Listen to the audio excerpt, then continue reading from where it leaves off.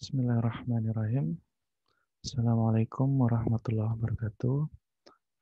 Baik teman-teman sekalian, pada pertemuan kali ini kita akan membahas tentang mata kuliah farmakologi, yaitu berkaitan dengan glikosida. Oke, sebelum masuk, mari kita lihat tujuannya dulu. Tujuan untuk kuliah yang kali ini, nanti saya bagi dua video lagi ya. Yang pertama adalah mengetahui apa itu glikosida. Yang kedua, mengetahui jenis atau golongan dari glikosida itu sendiri, karena nanti glikosida akan dibagi-bagi. Yang ketiga adalah teman-teman mengetahui beberapa simplisia yang mengandung atau menjadi sumber dari glikosida tersebut nanti. Baik, yang pertama kita masuk ke pendahuluannya ya. Oke, sebelum kita masuk dan membahas tentang glikosida, kita sedikit review dulu dari pertemuan yang metabolit sekunder kemarin ya. Jadi pada intinya makhluk hidup itu melakukan satu metabolisme untuk kelangsungan hidupnya. Nah, hasil dari metabolisme itu ada dua macam. Yang pertama adalah metabolit primer, dan yang kedua adalah metabolit sekunder. Nah, untuk glikosida ini termasuk ke dalam metabolit sekunder. Kalau metabolit primer kemarin sudah ya, contohnya ada karbohidrat, lipid, dan sebagainya yang itu berfungsi untuk hidup, sumber energi, cadangan makanan, dan pendukung struktural dan sebagainya ya. Dan untuk glikosida ini fungsinya ada banyak. Oke, sebelum kita masuk lebih jauh, kita lihat definisi atau pengertiannya dulu ya. Di sini ada banyak sekali pengertian, ada dari Encyclopedia Britannica, ada dari Oxford, ada dari Kamus Merriam-Webster, dan kita langsung nanti teman-teman bisa lihat ini semuanya dalam tanda kutip benar ya, tetapi yang paling efektif atau efisien yang biasa kita gunakan untuk definisi sebenarnya adalah yang ranahnya adalah sains atau dalam hal ini dunia kefarmasian. Oke, kalau dari dari definisi menurut Encyclopedia Britannica itu mungkin jauh lebih lengkap gitu ya. Tapi pada intinya kita langsung ke yang paling bawah ya, yang glikosida. Glikosida itu can be defined as the compound in which one or more sugar are combined with non-sugar molecule through glycosidic linkage. Artinya apa? Artinya seperti ini. Jadi apa itu glikosida? Oh iya, nanti teman-teman bisa pelajari sendiri ya, ini yang 3 di atas. Tapi pada intinya untuk yang paling sederhana kita secara pengenalan itu seperti ini. Yaitu glikosida itu adalah suatu senyawa yang terdiri dari dua bagian, yaitu bagian gula atau di sini kita bisa sebut glikon, dan bagian non gula atau di sini biasa kita sebut dengan istilah aglikon. Nah, antara dua senyawa ini, glikon dan aglikon ini dihubungkan dengan suatu ikatan yang dinamakan ikatan glikosidik atau bahasa Inggrisnya glycosidic bond. Oke, silakan teman-teman lihat yang kiri ini ya.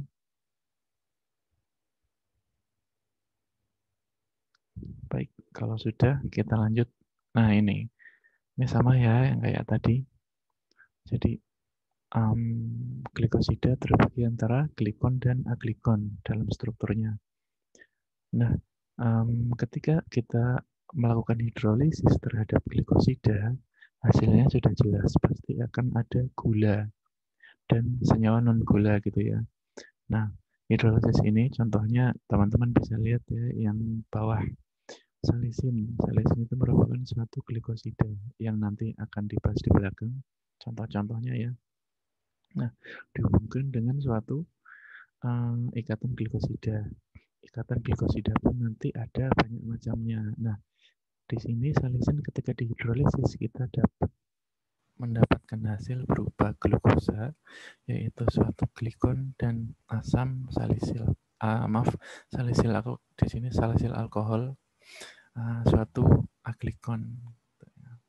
Nah, itu kalau glikosida dihidrolisis. Jadi ini ya, seperti tadi. Lalu apa sih fungsi glikosida sebenarnya? Sebenarnya banyak teori mengenai fungsi glikosida di tanaman. Ada beberapa di sini, contohnya nomor 1 sebagai cadangan gula temporer, atau yang kedua proses detoksifikasi. Ya, maksudnya adalah aglikon dari glikosida ini merupakan sisa-sisa metabolisme yang kemudian didetoksifikasi dengan cara diikatkan di bagian gula. Lalu yang ketiga, glikosida juga untuk pengatur atau sebagai pengatur tekanan turgor dalam sel. Lalu yang keempat, merupakan penjagaan diri, dan ini teori-teori yang disebutkan oleh para ahli ya. Tapi secara umum kita bisa simpulkan untuk glikosida ini cukup memiliki peran dalam kehidupan tanaman ya. Bisa terlibat dalam fungsi-fungsi pengaturan, pertahanan diri, dan kesehatan tanaman itu sendiri. Nah, untuk manusia fungsinya apa?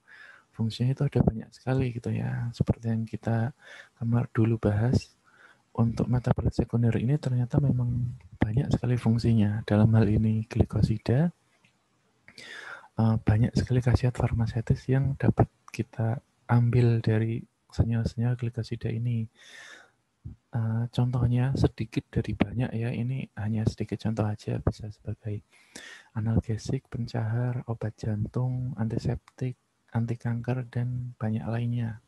Banyak sekali lainnya.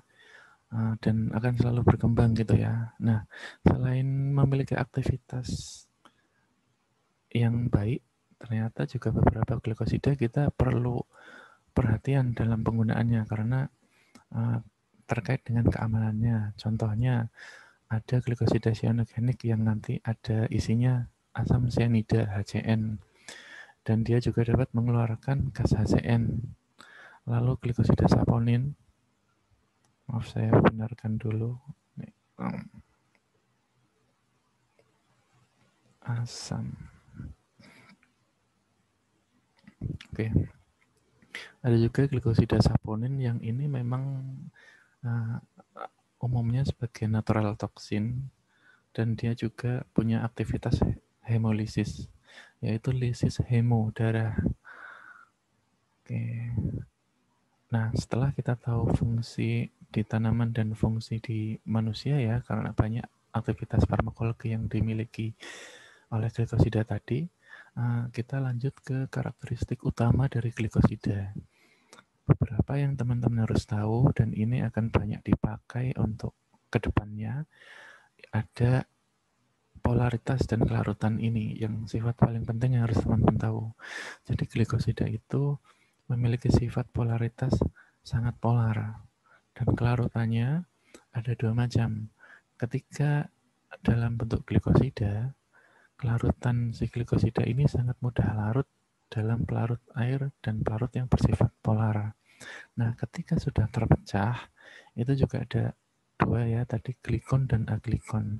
Si glikon ini senang atau larut dengan air, dan si aglikon ini yang non gula tadi umumnya ya tidak larut atau sedikit larut dalam air. Dan senyawa ini si glikosida bersifat non volatil. Nah, ini deteksi nanti teman-teman ada di analisis bahan alam, itu bisa dilakukan deteksi dengan reaksi Molich dan Fehling. Sementara saya benarkan lagi. Sudah larut.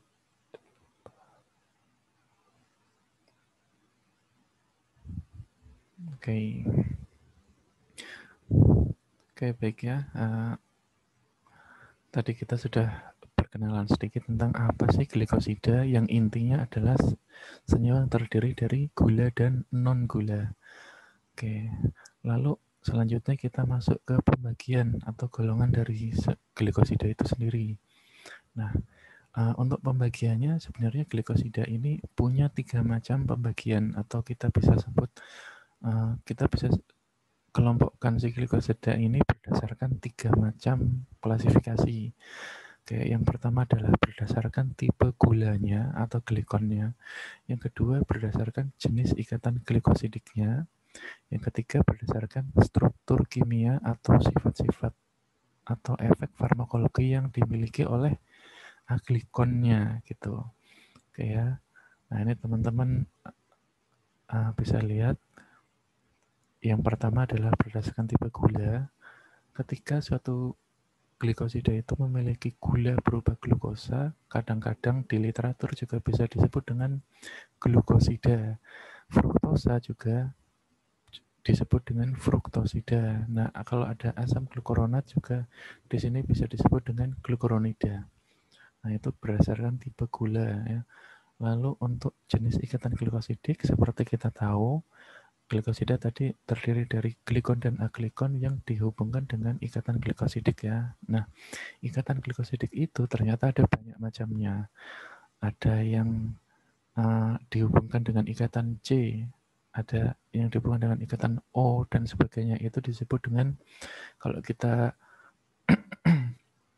kita bahas secara farmasi disebut dengan ikatan C glikosidik, O glikosidik, N glikosidik, dan S glikosidik. Nah, ada 4 jenis ikatan yang termasuk dalam ikatan glikosidik ini ya, yaitu ikatan C, O, N, dan S. Contohnya teman-teman bisa lihat seperti ini. Ikatan C itu yang paling kiri, ada yang dihubungkan dengan ikatan O glikosidik, ini ya, ini N glikosidik, dan ini S glikosidik. Kelihatan ya, ini bagian gula dan non-gula, gula dan non-gula ya, ini gula dan non-gula, ini juga gula dan non-gula.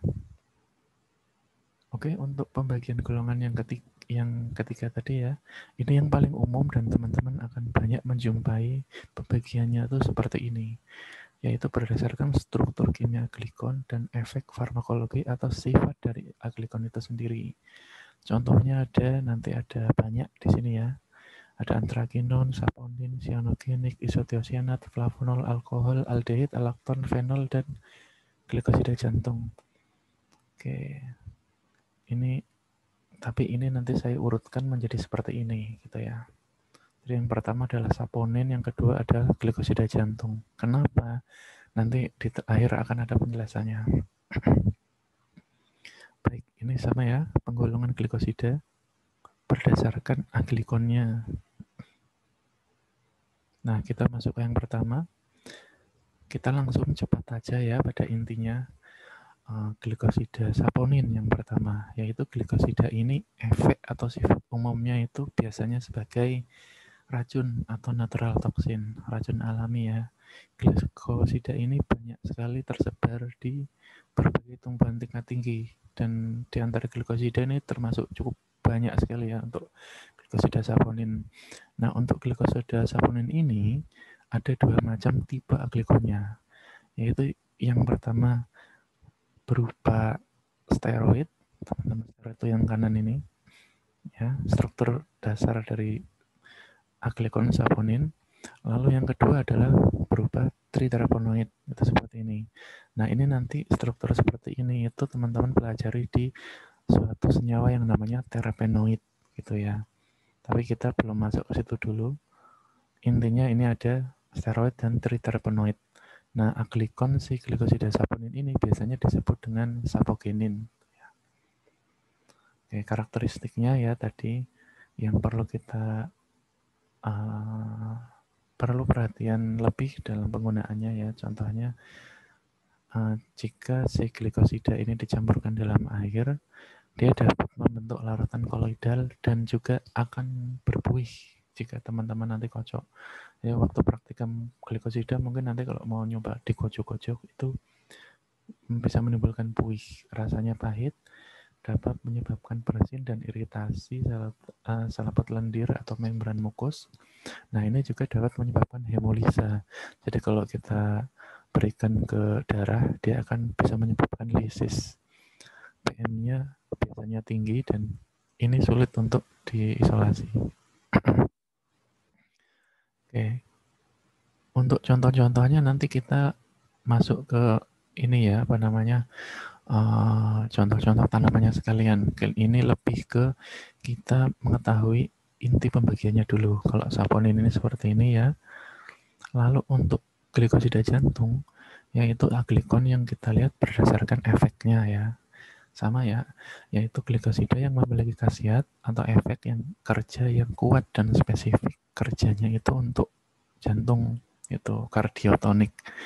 Nah, aglikon si glikosida jantung ini kalau kita lihat secara struktur itu mirip dengan asam empedu dan ada dua tipe. Sama kalau tadi glikosida saponin juga ada dua tipe, glikosida jantung juga secara umum ada dua tipe. Yang pertama tipe cardenolida atau yang diisi atau terdiri atas 23 atom C23. Lalu tipe buvanolida yaitu C24 ya. Ini beda. Ini strukturnya teman-teman bisa lihat cardenolida yang kiri dan cardenolida yang kanan. Contohnya ada di daun digitalis, tapi nanti. Oke, kalau tadi saponin sudah, kardiak glikosid sudah atau glikosida jantung, kita langsung ke yang ketiga. Nah, ini mulai berdasarkan struktur dari aglikonnya. Di sini glikosida antrakinon adalah glikosida dengan aglikon yang berupa suatu antrasen dan derivatnya. Nah, antrasen itu seperti ini. Kalau teman-teman menjumpai gula yang terikat dengan senyawa seperti ini, itu disebut dengan glikosida antrakinon. Oke. Ini teman-teman ini ya sudah tahu ya. Kalau di hidrolisis pasti nanti munculnya gula dan derivat antrasennya gitu ya. Oke, derivat antrasen nanti ada antrakinon, antranol, antron dan sebagainya nanti ada di setelah ini. Lalu derivat antrakinon juga banyak dikenal di alam. Setidaknya banyak sekitar 40 macam. Ketika yang di textbook ini ya, kalau sekarang mungkin sudah banyak sekali ditemukan glikosida antrakinon lain-lain ya, cuma belum terrangkum dan dimasukkan secara rangkuman secara dalam buku textbook itu. Jadi masih sangat banyak sekali titik pengembangannya. Nah, diantaranya itu sebagian besar ada di familia Rubiaceae, sisanya ada di Leguminosae. Biasanya si glikosida ini sifatnya sebagai stimulan atau kataratika atau peningkat gerak peristaltik gitu ya. Iya, bahasa gampangnya bikin mudah ke belakang. Nah, ini contoh-contoh tadi. Glikosida antrakinon, turunan antrasen ya. Ada antrakinon itu sendiri yang ini. Lalu ini antrasen. Ada turunannya yang atas tadi ada oksantron, antranol, antron. Nah, ini contoh glikosidanya. Ada rein, ada aloin. Oke, lalu kita masuk ke glikosida cyanogenik. Cirinya apa? Yaitu aglikonnya ini atau si glikosida ini punya konstituen berupa aglikon yang punya HCN atau asam cyanat. Oke. Dan kalau kita hidrolisa sama ya, menghasilkan gula dan HCN. Oleh karena itu disebut dengan glikosida cyanogenik. Untuk tanamannya ini ya biasanya dijumpai di rosacea. Lalu contohnya nanti ada pada intinya yang ini paling banyak tuh amigdalin gitu ya. Contohnya juga nanti ada di belakang ini. Lalu kadang-kadang juga bisa kita kelompokkan dalam glikosida aldehid.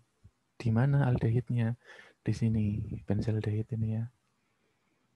Jadi pembagian glikosida pun masih tipis-tipis ya, nggak bisa kita kelompokkan tek gitu secara fix ini enggak. Jadi masih sangat fleksibel sekali. Nanti kalau teman-teman menjadi peneliti dan mengusulkan, oh ini ya kayak kita ada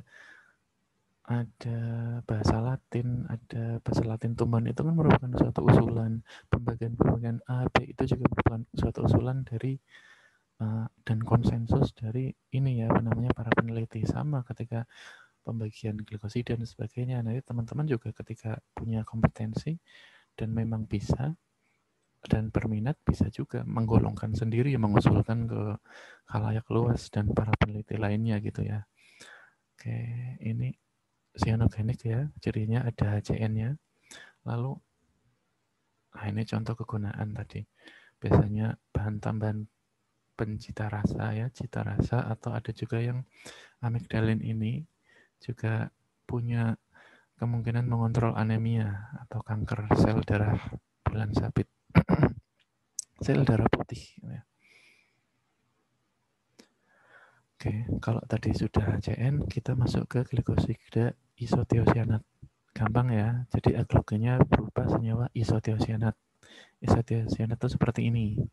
Contohnya ada sinigrin dan sinalbin. Potensinya itu ada anti kanker, anti proliferatif, dan anti mikroba. Nanti ada di belakang contoh strukturnya. Jadi kita lebih fokus ke ininya dulu ya, aglikonnya. Lalu aglikon glikosida flavonol. Aglikonnya itu secara umum merupakan senyawa flavonoid. Nah, kalau teman-teman belum tahu senyawa flavonoid, flavonoid itu merupakan senyawa yang inti utamanya itu adalah tersusun dari atom C6, C3, C6 gitu ya. Kegunaannya banyak. Biasanya untuk kondisi perdarahan, kerapuan, kapiler, dan antioksidan gitu ya. Dan si flavonoid ini juga banyak sekali nanti teman-teman jumpai di berbagai tanaman gitu. Nah, ada contohnya ya, kayak kedelai, jeruk, teh itu ya, bukan teh, apel, dan coklat. Contohnya juga nanti di belakang ada. Nah, ini contohnya flavonoid ya, dan jenis-jenisnya. Kalau teman-teman lihat, intinya ada C6, C3, dan C6. Nah, si flavonoid ini, kalau secara spesifik nanti teman-teman bisa ini ya, bisa bagi-bagi lagi menjadi turunan flavonoid. Itu ada senyawa flavan yang dilihat dari perbedaan di sininya ya. Nah, ada perbedaan dengan yang lain. Flavanon itu ada tambahan karbonil di sini. Flavanol itu ini R-nya itu merupakan OH gitu ya. Flavon ini ya, flavon. Kalau flavanon itu di sini nggak ada ikatan rangkap. Flavon itu di sini ada ikatan rangkap dan ada karbonil, dan flavonol nanti teman-teman banyak jumpai juga di R ini berupa OH. Lalu ada isoflavan, isoflavon, kalkon, santon, dan antosian. Pesan saya teman-teman hafalkan ini atau ketahui perbedaannya, karena ini nanti bakalan banyak dijumpai di masa depan. Oke, kalau teman-teman punya suatu kalkon, suatu isoflavon, suatu flavonol, dan sebagainya, itu adalah masuk semuanya ke golongan senyawa flavonoid.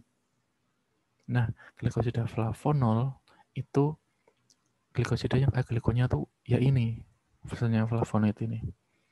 Oke, kalau glikosida alkohol, senyawa aglikonya itu memiliki gugus alkohol OH atau berupa senyawa alkohol itu. Contohnya salisin dari Salix purpurea. Kegunaannya biasanya untuk obat rematik, analgesik, dan sebagainya tadi ya. Nah, itu di sini dalam tubuh berubah atau di metabolisme secara oksidasi ya, bukan oksidasi. Si ini apa namanya, salisin menjadi asam salisilat. Nah, contohnya seperti ini.